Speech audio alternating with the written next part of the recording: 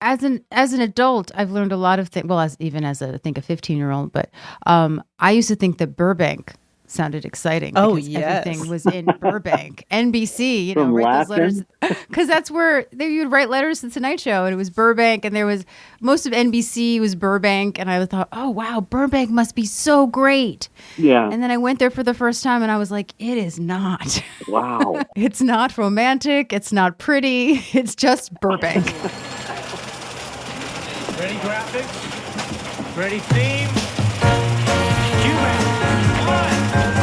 Good evening. For your information tonight. When the book was published, I wrote Ted. I said, Ted, if this book does well, I think it could very, very well breathe some life into your misguided and troublesome career. Yeah. Oh, he really needs it. Yeah, the poor guy. He doesn't work at all. Hi, everyone. This is Jessie Mullins. And I'm Lauren Milberger. And welcome to our second interview with the wonderful Russ Woody. We're so happy to have him back. And as a reminder, you probably know Russ for writing season 1's It's How You Play the Game, Kyle, Nowhere to Run. Previous episodes this season for season 2, what we've talked about is Here's to You, Mrs. Kinsella, Buddy Schmuddies.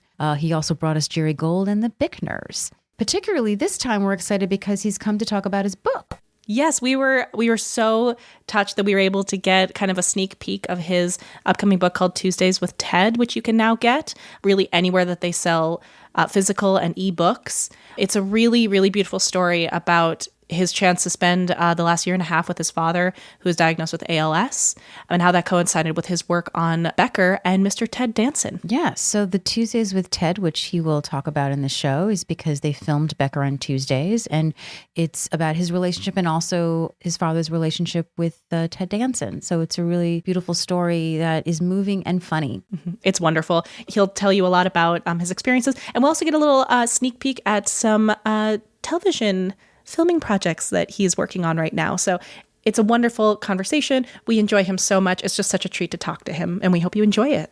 And when you're done listening to the episode, remember to come and tell us what you thought. You can find us on Facebook, Instagram, and Twitter at Murphy Brown Pod. Also, Russ is on Instagram, so you can check in with him, tell him how excited you are about his upcoming Abraham Lincoln project and the book, Russ, R-U-S-S, T as in Tom, Woody, W-O-O-D-Y, on Instagram. We hope you enjoy it. Bye. Well, after I think it says it in the book that after my dad died, I spent another year working on was it Drew Carey after Becker, and then I just wanted out.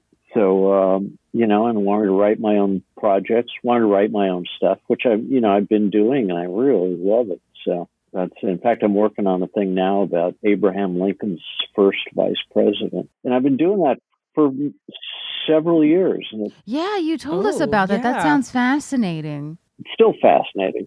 Would you like to update our listeners on where you are in the project? Because you definitely talked about it when you were on the show. Oh, yeah. I am in the process of pitching it to some production companies. Pretty soon I'll be pitching to Ridley Scott's company. As a 8-part limited series, half-hour episodes. So, and it's a side door view of Abraham Lincoln.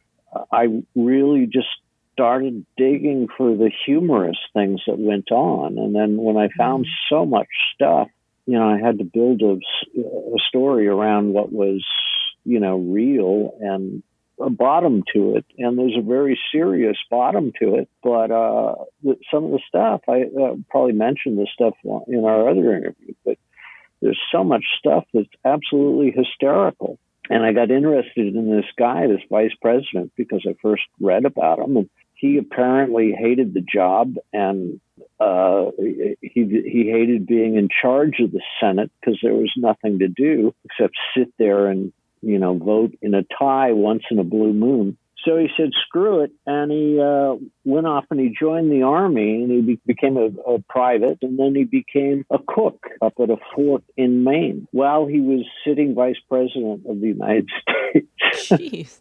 So I thought, that was my jumping off point. And I figured, all right, this guy sounds like an interesting guy. This guy was a staunch abolitionist, and Lincoln was not. And so in the story, I jumped back and forth to when this guy was an old man, and he has to go make a dedication to another statue of Lincoln. And he's reluctant. He has a lot of trouble writing the speech about the great emancipator. Lincoln actually, in the beginning of his presidency, believed in colonization, which is where he believed that, slavery was wrong and that they should free the slaves, but he didn't think that black people should be living amongst us.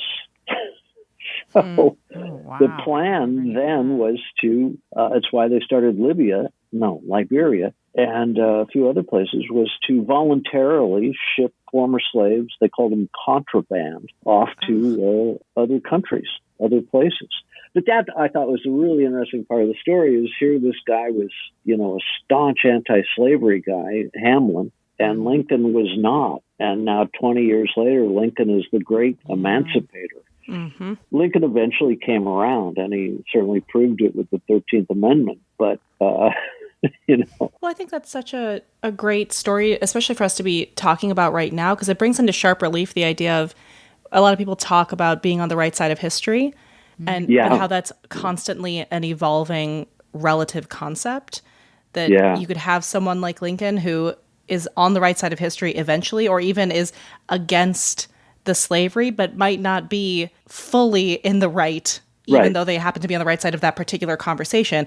We've been studying a lot of August Wilson this year, and I've been so thankful to have these conversations about how even the language that we use about people of color has evolved from what was considered generally acceptable or politically correct. We have to constantly be on the edge of questioning, is that correct enough? Are we on the right enough side? Because there's always a relative quality to it, and that's so fascinating to bring out right now in our current climate. I think so too. It's fascinating, and there's an aspect of the story that regarding that, or the awareness of it, is that this guy, when he was working as a cook, Lincoln came within millimeters of being shot in the head twice, literally. And had that happened, this guy would have taken over as president.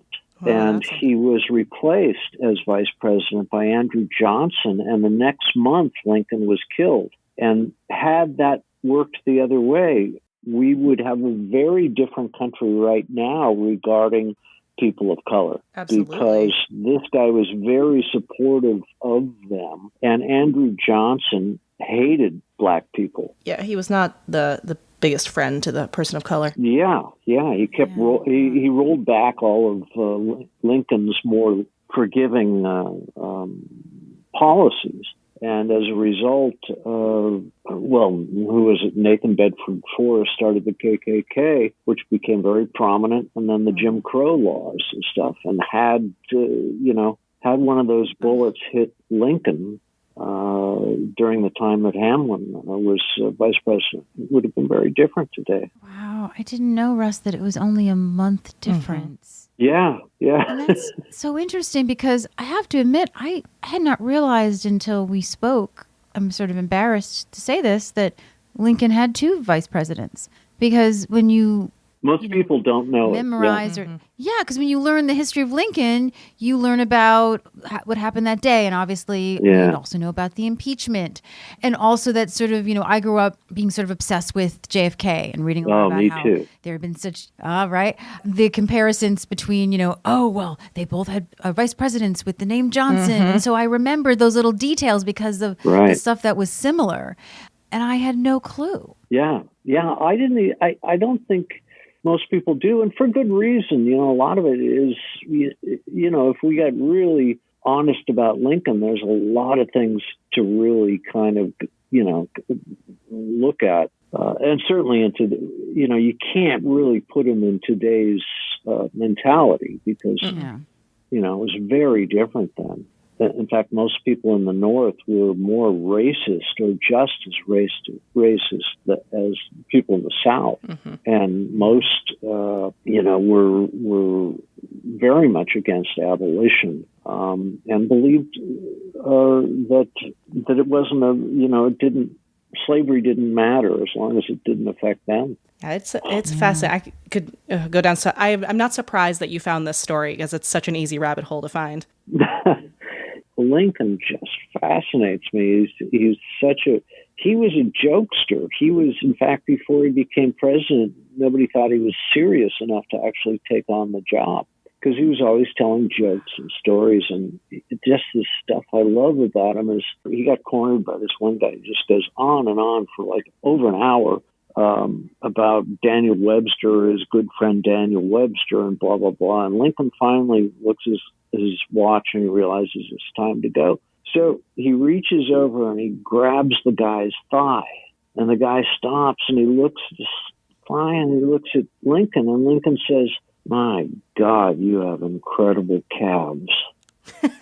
And the guy is like, he doesn't know. What do you say to that? And then Lincoln goes, "Listen, it's been wonderful talking with you, and I will we'll do it again sometime." He gets up and he leaves. And he would do stuff like that all the time. Another trick of his was to tell a joke, and if he was trying to get out of a conversation and leave, he'd tell this joke that made no sense. And then they'd be standing there trying to figure out the joke, and he'd say, "Well, it's been a pleasure speaking with you." He'd be out of there. Try that. But just hysterical stuff that happened, and you don't realize it. Yeah, it's been a fascinating trip. There's no one has been written about more than Lincoln, except for Jesus Christ. So. Oh, wow. Yeah. On that note, we would love to talk about your book, Tuesdays with Ted. Tuesdays with Ted. Can you tell our audience a bit about your book? Yeah, it was a miraculous. It was a wonderful. It was a bittersweet, wonderful year and a half that I spent with my father as he was dying of ALS, which is Lou Gehrig's disease. A hideous, just one of the worst diseases, I think. It affects the motor neurons between the spinal column and the muscle groups, and you eventually just lose your ability to use all of your muscles. And my father had the more aggressive type that begins in the throat, and what ends up taking life is that the muscles around the lungs slowly start to lose their ability to function. So it's pretty grim, but because my mother died kind of unexpectedly the week my dad was diagnosed, and so kind of a shitty week. But she was not a nice person, and I had not been able to spend much time with my dad since getting out of the house at high school. And so all of a sudden, he was mine. He was all mine. Got him a house in Studio City, and then he started coming to, I was working at Becker with Ted Danson at the time, and my dad started coming to the show, and he could no longer speak, so he had a little machine.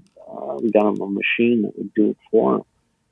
And Ted just embraced him, and they became friends. And Ted was sort of enamored with my father and I because his own father had died about a year before that, and he didn't get to spend the time that we were getting to spend together. So, and then the cast and crew just came out of the woodwork to do these generous things for my father that I never expected. And was really surprised. And I guess my dad sort of became the mascot of the show. And so, again, so many funny things happened, as all this was going on. And, when my father first met Ted, I took my dad to one of the back lots where we were shooting this scene where we were going to blow up a car, because Dr. Becker tosses a cigarette butt aside that ignites a trail of oil that goes beneath the car, and the car blows up. So kind of a technical shoot, but we had the video village, and we were sitting around in chairs and stuff, and Ted comes wandering over, and I brought my dad and my aunt to come see the shooting, and they'd never seen anything, like that. So Ted comes wandering over, and I introduced him, and my dad and Alita, and and Ted says, I'm Ted Danson, and Alita goes, oh, you don't have to tell us that. And then he asked about my dad's machine, and eventually he asked, if he could use it. And so Ted sits down with the machine, and my dad helped him a little figure out how to work the buttons. It was one of those things that had a mechanical voice. And so he types out that the director is a complete asshole. And he plays it out loud, and the director, like Andy Ackerman, the nicest guy in the world, he comes over and goes, what the hell? And so my dad helps Andy type out something, on the equivalent to Ted's delightful message about the star of the show is such a prick, something like that. And it was always men who had to sit down. Not women never did this. Men had to sit down and type out some sort of obscenity or vulgarity or a limerick or something like that. And so my dad and Ted started. My dad started coming to the show every week, and he had his own seat in the front of the audience. And I remember that same day that we were on the back lot. I had to go back to the office for something. I came back, and Ted is sitting with my dad and my aunt, and I looked over his shoulder, and I saw that he was typing out, something about me. Your son is blah blah blah. And I just I just kind of turned away because, so many people always compliment you in front of your parents, and it's so awkward, and so I just tried to kind of move away, and then I hear him hit the button, and I look over, and the machine says, your son is such an asshole. My dad is cracking up, and Ted is cracking up, and I'm like, oh, that is so, first of all, immature and cold. That's cold.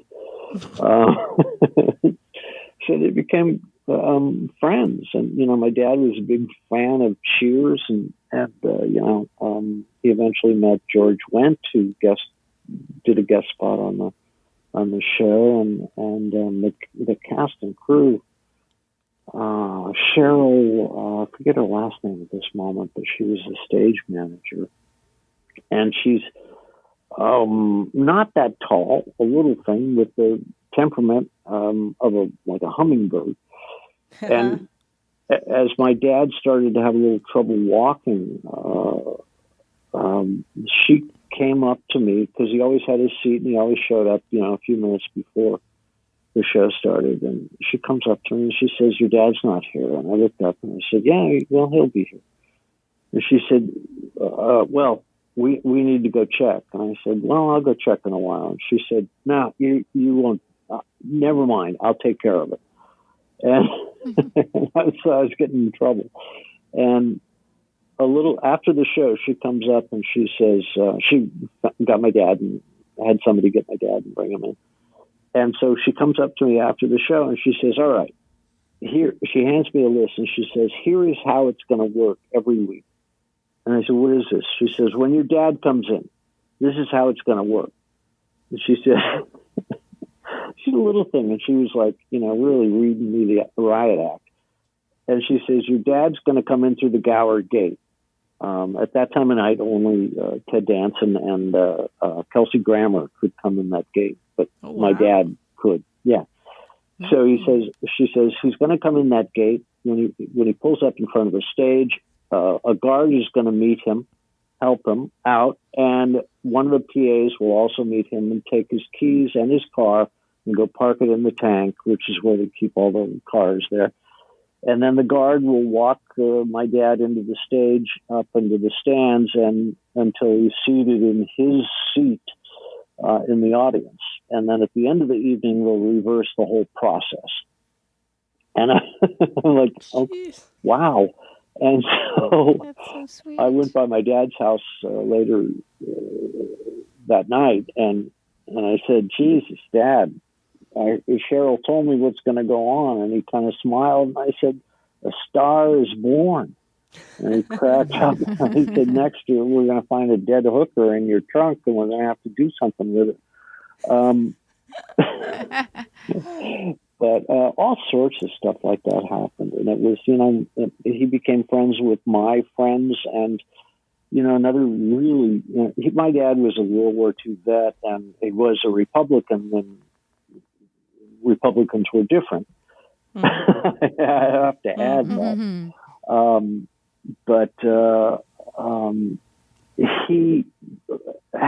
My friends, came when we got in the house in Studio City, and my friends would come over, and one of the extras on the show would they're out of work all the time, so he'd come over and hang out with my dad, and we'd watch John Wayne movies. And as my dad had trouble, fixing stuff, Trent would go out and take care of it, replace a light or a fixture or whatever.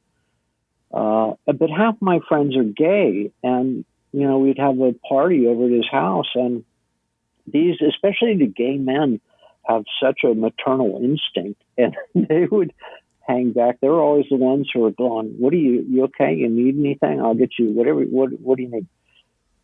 And so he became very good friends with a bunch of them. And I don't know if he'd ever met or knew that he met a gay person before that. And he eventually, and Gary Donzig, Gary. Yeah. He and his Gary, just a loving relationship like I've never seen. And we went out a couple times to New Mexico and spent Thanksgiving with them. And my dad really kind of became enamored with the other Gary. My kids called them, they were the Garys, but my kids called Gary Campbell, they called him other Uncle Gary. Yeah, it was, even if I wasn't in the story, I would think it was a wonderful time. And he got to spend time with his grandsons, which he never would have gotten the chance to do. At one point, he built a huge fort out in his backyard for them. And then another point, he's down. He says he wants all the furniture taken out of the living room. And I'm like, why? And then he constructed two huge tables, plywood tops, that we brought into the living room. And then we went down and he bought hundreds of dollars worth of slot car tracks. And he built a huge slot car track in his living room for the boys to play with. And I'm like standing, and the boys are like, they're beside themselves, Henry and Joe. And I'm standing there, and I said, geez, Dad, when I was their age, you never did anything like this for me. And he pulls up his machine and he types out, tough. Yeah. Being a grandparent is, everything changes. Absolutely, yeah. So it was, it was probably the most meaningful year and a half of my life, and it was, I'm so in debt to the Becker people, and I'm so glad my sons had that experience, and I'm glad I got to do it too. I mean, obviously, we don't want to spoil your book too much, so I won't. I want people to go get your book. But I will say that a couple things that stand out to me is you have a wonderful story of meeting Ted Danson, which is quite enjoyable. Oh, yeah. Your first encounter with Ted is how you refer to it, which I won't ruin. I also enjoy, based on our presidential conversation, the fact that you reached out to a president. Oh, to George W. Yeah, Mm-hmm. Yeah. It was when George W. was making a decision about stem cells, government funding for embryonic stem cell research. Mm-hmm. And I wrote him a letter, and to George Bush, a letter that I don't know if he ever read it. They probably just send form letters back. But I said, my father is a Republican. He voted for you, and he, like many people, are dependent on the hopes of embryonic stem cell research. Which what rankled me so much is that as soon as religious groups found out that they were using embryos for research, they got their panties in a knot and said, "You can't do this. You're killing babies." Now, here's the thing: is up until that point, these are couples who take a dozen or 5 or 6 eggs and they freeze them until they want to use them. And then once they have a child or two, or they have the children they want to have, they take the embryos and they destroy them. So you're going, all right, well, they're using them for research. The other way is to just destroy them. What is your argument? But it never got to that. George Bush bought it or, played to it. Yeah, or wanted the votes. And so I wrote him a letter. He wrote back, I'm not going to use, he didn't say kill babies, but, and I never told my dad, that George Bush wrote back and said, screw it. Because my dad that was one thing that I wanted to give my dad hope about, was that it seemed at that time like we were, through Jennifer Estes, an actress who had ALS, her sister and some other people were putting together ALS, something, I forget the name of it, to fund research. And it sounded at the time like they were getting very close to some of the research at Johns Hopkins to use stem cells to go back in and rebuild the connection between the spinal column and muscle groups. So that, for a long time, I wanted my dad to believe in that. And so I didn't really, George Bush put the kibosh on all but 60 of the lines of stem cells that were already being used, and then stopped all the other. Yeah. Hope is so important. They say hope in, giving you the spirit to get to the next day helps patients so much in ways that medical science just can't. And I agree with you that if you could just have hope, whether it's real or not, it can help you get to the next day. And also taking away the concept of referring to something as a death sentence because people have just stopped looking. Yeah. That idea of that you can't say that about something if you believe that people are still working toward it, because there's always innovation, there's always discovery. So, being given that opportunity to know that at least they're trying. Yeah. But you're right. It's, without hope, once hope goes, there's nothing. And, and I saw that happen with my dad. It was devastating to me, because this is a guy who never experienced a day of depression in his life. And to his credit, I'll say, when I was growing up, because I had some very serious bouts of it, and this old pull yourself up by your bootstraps former Marine, sat down with me and he said, "Look, Russ, we'll figure this out. We'll get," and he took me to doctors and stuff, and he never judged me like I would imagine a lot would. So, it was very interesting. But I will say, too, that with the limited time we had, we both knew it. And so other things start to happen when you're aware of that. And we'd be watching TV, and he would reach over and just hold my hand.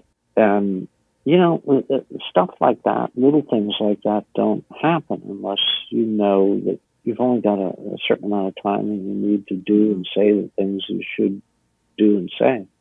So, go ahead. Oh, no, I just want to say, to the point of, the book, I know we're having a serious moment of reflection, but one of the things I love about the tagline in your book is an uplifting, heartbreaking, occasionally humorous story about an old man with ALS, a sitcom, its star, and just enough time for a son to say goodbye. Yeah. And there's something about the fact that it is heartbreaking and it does make you stop and reflect. But it's also, the beauty of it is that you got the time to have those lovely moments. Yes. Yeah. So many people don't, or else they don't realize it. And I didn't come away from it with anything really profound, except, when you have those moments, recognize them and just take them in, because that's all there is when you're done. So yeah, I was so grateful to have that time with them. Yeah, I'll tell you one other one is I remember from my youth watching Cinderfella. Do you know the movie with Jerry Lewis? And I just remember I loved that movie. Okay. I was like, I know it. I couldn't think of it. And I couldn't find it anywhere. And I finally ordered one on VHS through eBay. I finally got it. And Henry and Joe were, I don't know, 4 and 6 at the time. So we'd go over to Grandpa's house. And I said, Dad, I got the movie. I got the movie. This is going to be great. And to the boys, I said, you're going to love this. This is really funny because it's the Cinderella story, except it's Jerry Lewis, and he has to do this funny stuff. So I put the video on, and the boys sit on the floor. My dad's sitting in a chair, and I'm sitting there. And the movie comes on, and it's like the first 10 minutes is just this bullshit where Jerry Lewis obviously was enamored with his own comedic acting ability. So he spends 10 minutes making orange juice for his evil stepfather. And I mean, you can stretch out a physical bit for a little bit, but you can't. 10 minutes, you go, okay, all right, you're get it. Yeah. Russ, I saw Jerry Lewis in Damn Yankees, so I'm familiar with this. Yeah. So the boy finally, Henry gets up. He says, well, I'm going to go play with the dog. And he goes outside, and Joe gets up and says, yeah, I'm going to go too. And the movie's like, we're like 20 minutes into it. I look over at my dad, and he types out, great movie.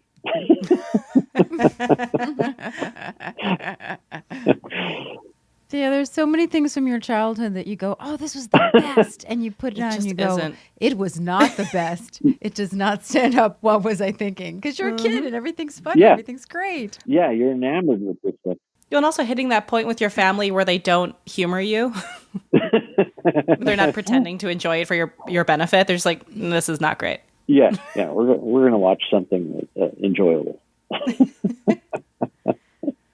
So, Russ, I know we talked about your other books and your father, which has been a subject that you've written about before. What made you decide to write about your father again in this capacity? Well, this was, I think it was a couple of years after he died, and I realized, that first of all, I really was amazed with the time I got to spend.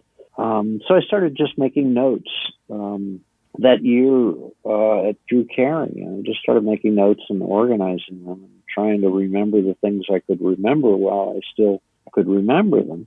And I mostly, though, wanted to have all this for my 2 sons because they were too young to understand. They knew Grandpa was dying, but they didn't know, what it really meant and what was really going on around them. So it was mostly for them, and then it turned out to be, as I explored more and more things, I thought it was an interesting story maybe for other people, because we all have to go through something like this, or if we don't, we wish we could or should. In fact, my brother, I think I mentioned this in the book, he was not around. He lived in Salinas, which isn't that far away. But he just came down for one weekend, and that was it in a year and a half. And he, after my father died, he said to my aunt, he said, "Look, maybe I'm a coward, but I just didn't want to see my dad that way." And my aunt meant it sympathetically, but I said, well, I got to agree with him. He was a coward because ALS doesn't affect the mind. And I'm sorry if you're a little uncomfortable, looking at seeing the sort of things a loved one is going through, then you're a coward. And I didn't write that in the book. I tried to be as nice as I could, but my brother, he's 9 years older than I, but he's always been kind of a drama queen. But he sent me one text, I think, and he said, I read the book. I'm reading the book, and you're almost pretty right on a lot of stuff, which is high praise from him. And then the next text I got was, well, I read some more, and you won't be hearing from me ever again. And I'm like, oh, okay. And that it didn't really hurt me. I just, because we were never that close to begin with, but I didn't want to be dishonest in the book, and I tried to be as sympathetic. I basically said he missed out on an emotional situation of a lifetime, an experience that, if you get the chance and the opportunities are right, you should embrace it and be there. I believe your phrase is, he missed one of life's most significant odysseys. Oh, that's good. I like that. You done good. Yeah, as I stumble my way through explaining things. But, no, I think but there's something really interesting. Did you happen to see the movie The Farewell? No. It came out this year. It's a really beautiful film. Awkwafina stars in it. Oh, okay. It's a beautiful film, and it talks about this family's culture overseas, and her finding out that her grandmother, who's in the home country, they find out that she is dying and only has so long. But in that particular culture, they don't tell the person that they're dying. It's everyone else's. I've heard about this. And so it's the family's burden to hold so that she can enjoy herself. Yeah. And so it's the family's burden to hold so that she can enjoy herself. Right. And not be burdened by that. And there's an interesting conversation about when a family member passes, especially the matriarch or the patriarch, that it is not an isolated event, and we all handle it differently. But I think that's really interesting. Yeah, it's called Farewell. The Farewell. Well, I do want to say that I am particularly I know, and I speak for Lauren as well, touched that you shared this book with us.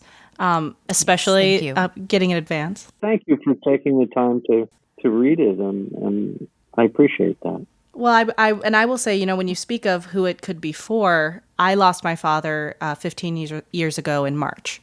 And I was in my freshman year of college, so I was 18 years old. And one of the passages of yours, it actually comes right after the Odyssey moment, but you have this great sentence, if you don't mind me reading you to yourself. Not at all. From my perspective, I had only a single grievance throughout the ordeal, though small and hardly worthy of sympathy. I wish I could have spent more time with him as two adults, me not being his child, he not being mine, just two guys. And that is something that really resonates with me as somebody who I got less than a year of adulthood with my father. And that is something that being able to read this story, to experience vicariously through someone who was able to know that they were grasping that opportunity and cherishing it. It's very meaningful. And it's also, I think, important for these stories to be told so people, while they still have the chance, can. Yes.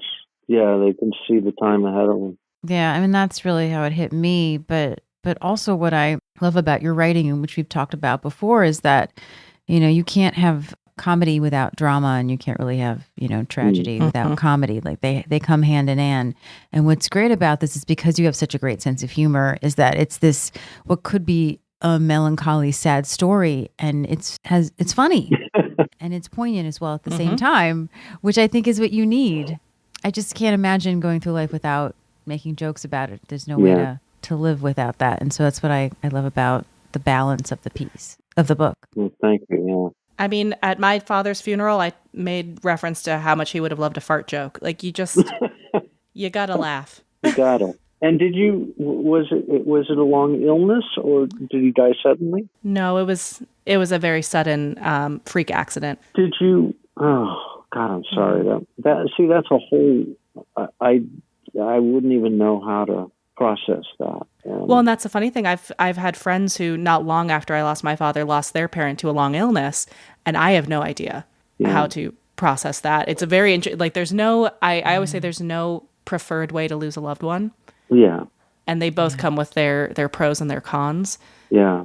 There are things that I missed out on that I wish I could have had, but there are also Yeah. things that I did not have to watch. That But you had a good relationship, especially the year that you came to maturity. A good relationship with him, and I was very much a daddy's girl, so I definitely did not miss out on the love. I had lots of it to cherish.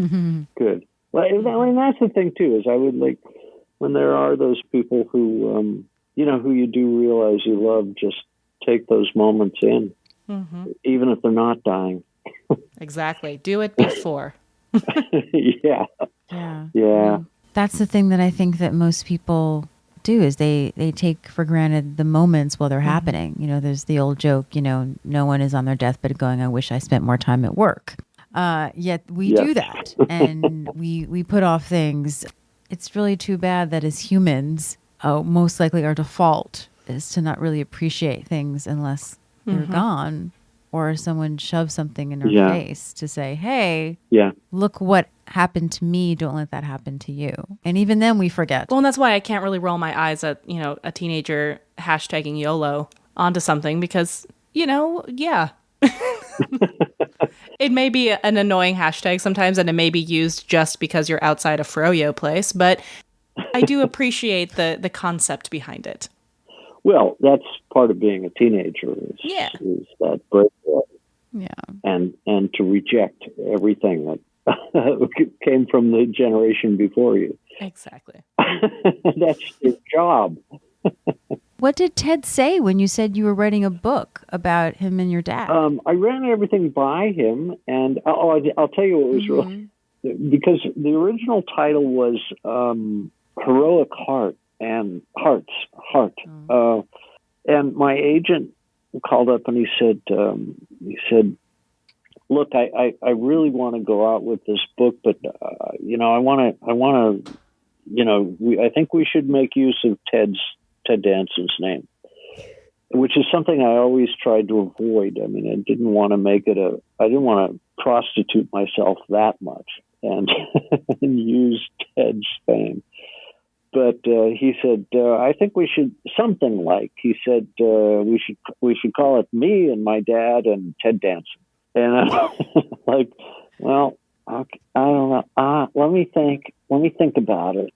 And I said I didn't want to be that exploitative. But then I wrote to Ted and I said, look, this is what my agent is doing. I ran it by him and I said, I'm not very comfortable with this, but if you are, fine. And he wrote back and he said, well, let me think about it, which is his nice way of saying, I don't know about this. And then I got the idea, because I read Tuesdays with Maury a year or so before I even knew what ALS was, before my dad got sick. And I thought, well, God, there's so many things we shot the show on a Tuesday night.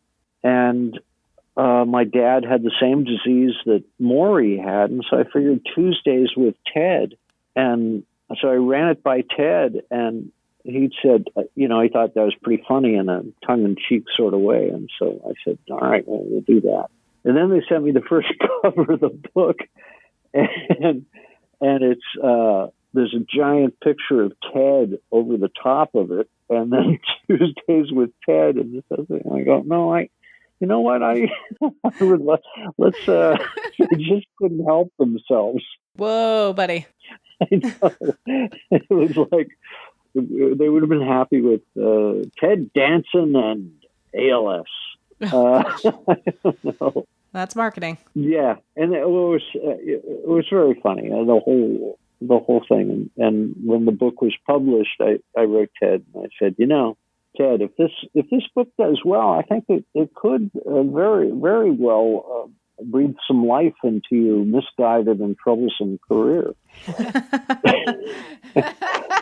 Yeah. Oh, he really needs that right now. Yeah. The poor guy. He doesn't work at all. And Bryan Cranston was really funny too. because I think he read an early draft of the book, but he wrote the really nice a blurb for it, and I wrote back and I said, "Look, Brian, anything short of a blowjob, and I owe it to you." And he wrote back and he said, "God damn it, that's the only reason I did this." That sounds like Brian Cranston. Yep. Oh, and I must tell you, before you have to go, I must tell you the Candice Bergen exchange. Oh, please. I wrote to her and I said, because I didn't know where she lived in New York, but I knew she lived in New York. So I wrote to her, emailed her, and I said, Candice, this book of mine is being published, and it's about my father and blah, blah, blah. And so she writes back and she says, and I would like to send you a hard copy of it so that you could read it and maybe give a blurb. But I don't have your address, so if you wouldn't mind sending that to me, I'll see that you get a hard copy. And she writes back and she says, "That's wonderful. I look very much forward to reading it, and of course, love, Candice." And then I'm realizing, there's no address. Candice. And so I wrote her back and I said, "Well, thank you so much for offering to do that. If you happen to have any particular address I can send this to," and you could just hear her voice when she wrote back. She said, "Well, of course I have an address. What am I, a vagrant?" Yep, he's on track. Yes, I believe she has several. Yeah. Tom, tell me when to shut up. I should just shut up. Never shut up. No. This is great. Oh, When Jesse, yeah, please. We always have such a great time when we talk to you. You guys are wonderful. You have such great rapport, even with each other, and you've spent some time around each other. Yes, well, just a couple days. Yeah, a little bit. No, because you've interviewed both Tom Palmer and Gary Donson. Tom Palmer is the type of guy who just jump in and do anything, and Gary is. Well, Tom actually hasn't. What's that? Oh no, I was going to say Tom hasn't been on the show yet because he didn't start writing Murphy till season 3. He's next. Yeah. Jesse hasn't met him yet. I met him because I was in New York when the revival was here. Oh, yeah. He's funny. He's one of my dearest. Well, they're both my dearest friends ever, and just good. I mean, really decent, kind human beings, but funny. Mm-hmm. And yes. So Tom is the type of guy who I remember we left a Murphy Brown party once at Warner Brothers, and Tom saw this. It was a Christmas party, and he saw this elf. So he just picked up the elf and put it under his arm, and we're walking out, and the guard says, "Excuse me, sir." He says, "You can't take that elf." And Tom says, "Well, yes, I can. I would like to have this elf." And he says, "Well, the elf doesn't belong to you. It belongs to the show and Warner Brothers." He says, "Well," Tom says, "I work for Murphy Brown, so it's okay if I have this elf." And I'm standing there thinking, Tom, just let it go. Let him have the elf.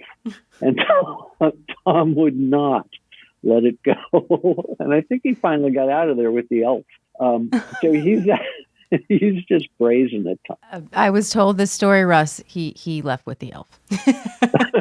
Well, I heard this story that when they were back there last year, Tom and Gary were walking down Fifth Avenue. Well, Candice lives around here somewhere, doesn't she? And Gary says, yeah, I think so.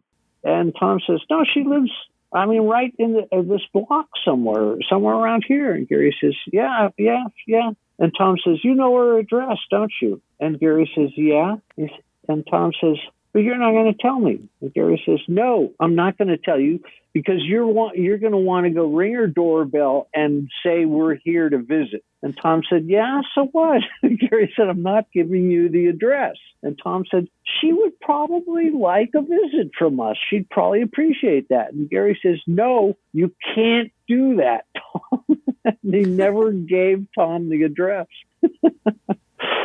Oh, that just so cracked me up. Oh, and Gary apparently was obsessed. He gets obsessed with things. In fact, I wrote to him and I said to Gary, Gary was, your audience knows, he was one of the writers on Murphy Brown. But I wrote to him and I said, "What's the weather like in New York? Should I bring a jacket?" And he texted back like 3 pages of, "Well, it's been this temperature and this temperature throughout the week last week, but it cleared up over the weekend, and it looked like the weather report said this." you don't need a down jacket, but I have a such and such jacket, and a such and such jacket. If you have something light in between, and it's like 3 pages. And I showed it to Tom, and I'm like, Jesus, you can, yes, no, jacket, yes, no. He just does that. He's amazing. Yeah, if you've got some sort of illness too, he'll take a half hour, 45 minutes to explain to you all the symptom, what the symptoms mean and how to treat them. Bless. So and he knows all the technical terms and stuff. And I just my head spins when I listen to him describe this stuff. Jesse, do you have any last questions for Russ? I mean, I just want to hang out with you. Can we do that? I know. Okay. All right. No, just thank you so much for coming back on with us and speaking to us about your project. Thank you. This was great. Oh, thank you so much for taking the time to do this, and thank you for the plug of the book also. Yeah, everyone go buy the book. It's also an ebook as well. Is it an audio book? I don't think I saw that. Or is it coming as an audio book? No, someone mentioned doing that, but it would have to involve an actor or something. Oh, those terrible actors. They're the worst. I know. Who wants to? Yeah, it's that's the bane of the existence of writers. It's having to work with those actors. I know, very difficult. Yeah, they have more emotional problems than writers. So many. That's why we go to schools, just to take care of that. Anywhere you can get books, you can get Tuesdays with Ted. Thanks. That way I'll be able to support my family. We would love to help you do We're that. here for you. Thank you. Thank you, guys. Grown to love you, Bill. Oh, likewise.